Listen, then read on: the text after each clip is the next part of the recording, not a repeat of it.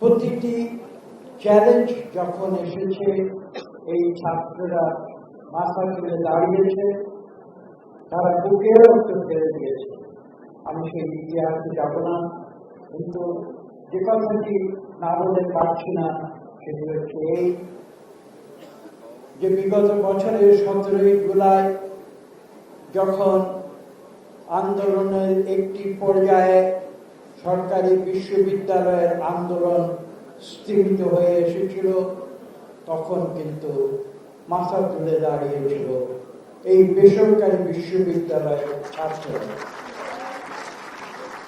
এবং সেই ছাত্রদের আন্দোলনে অবাক বিষয়ে আমরা লক্ষ্য করেছিলাম, সেখানে সত্যিকার অভিভাবকের ভূমিকায় দাঁড়িয়েছিলেন এই প্রাইভেট বিশ্ববিদ্যালয়ের শিক্ষক। আমি আজকে যারা এখানে উপস্থিত আছেন এবং যারা উপস্থিত নেই, নর্থ সাউথ ইউনিভার্সিটির ভাইস চ্যান্সেলর সহ আজকে আমাদের এই আলোচনা সভার সভাপতি ডক্টর মিথিল সহ আমি সবার প্রতি শ্রদ্ধা নিবেদন করছি। আমার মনে আছে সেই সময়গুলিতে যখন প্রতিদিন গভীর রাতে ডক্টর মিথিল আমাকে টেলিফোন করে সারাদিনের অগ্রগতি সম্বন্ধে অবহিত করত। আজকে এখানে দাঁড়িয়ে আমি যে একটু আগে বলেছি যে কথাটি আমি একটু ইতিহাস আমি না বলে পারছি না, সেটি হচ্ছে এই যে আজকে থেকে 56 বছর আগে যেদিন আমি বিলেতে উচ্চ শিক্ষার জন্য গিয়েছিলাম, সেদিন আমার সুপারভাইজার আমাকে যে প্রথম প্রশ্নটি করেছিলেন, সেই প্রশ্নটি সম্বন্ধে আমি আজকে আপনাদের সামনে কিছু কথা বলতে চাই। আপনাদের শুনলে অবাক হয়ে যাবেন, সেদিন তিনি আমাকে আমার লেখাপড়ার বিষয়ে কোনো প্রশ্ন করেন। প্রথম প্রশ্নটি ছিল এই যে তুমি তো এমন একটি দেশ থেকে এসেছো যেখানে সর্বক্ষণ আন্দোলন, সরকারের বিরুদ্ধে প্রতিবাদ এইসব চলছে। একটি কথা কি তুমি আমাকে উত্তর দিতে পারো, সেই দেশে, তোমাদের দেশে ছাত্ররা লেখাপড়া ছেড়ে কেন আন্দোলন করে? আমি তাকে উত্তর দিয়েছিলাম যে আপনি যেটা বলছেন সেটা সত্যি, আমাদের দেশে ছাত্ররা আন্দোলন করে কিন্তু লেখাপড়া ছেড়ে নয়।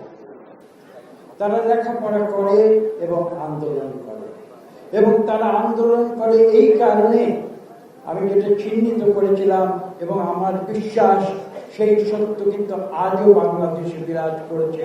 আমরা বিগত বছর দেখেছি ছাত্ররা আন্দোলন করে এই কারণে, আমি তাকে বলেছিলাম যে ছাত্রদের কোনো পিছুটা, আমরা